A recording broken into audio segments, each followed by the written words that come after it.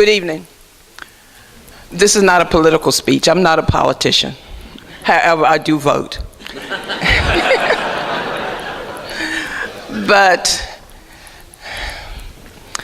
I need to say that I believe that the ancestors who Bob worked with would have me say to you that they have welcomed him home and that they are pleased with what has gone on these last few days to honor Bob.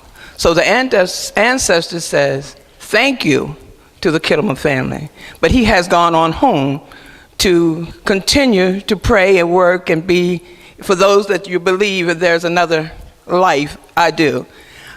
With the Carrie Johnsons, the Jesse Wilsons, the Reverend Robert, Reverend Holland, and all of the ancestors, and that's what they were having to say to you. But I would say a bit more, because I believe, as a woman of great faith, that it is no accident, and that God knew exactly what he was doing when he called our friend and our hero. The African American community today have lost a hero. Many of the African Americans in this county today, they don't know anything about Bob Kittleman. They don't know the story. And many has kind of had their feelings hurt when they've asked some questions about Bob Kittleman. But those of us that knew Bob Kittleman would not allow anybody to say anything about Bob Kittleman, and I'm one of them.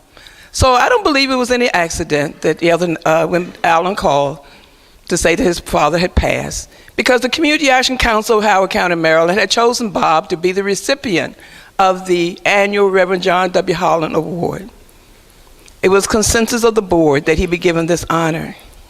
It was no accident that I spoke to my brother and said, Jesse, I want a special tribute to Bob Kittleman, because he started all his work in the black church. They started out with prayer, and they started out with a gospel song, right, Leola Dorsey? That's what they did. So it is no accident that the men of Hopkins planned a very special tribute, some of which they are giving to you tonight. It is just no accident all of this happened, because as Alan told me that his dad wanted to lift every voice and sing, then I shared with him what was being planned. And Sunday night was a night at the Sheraton Hotel, is one that I will never ever forget at all. I just don't believe it was any accident. It was Bob's time. And it was Bob's time that we should, the African American church, many of us are the ancestors, and many of us have gone to achieve great successes. And down the road, we owe it to a Senator Robert H. Kittleman. So Trent and all of you Kittlemans, we thank you.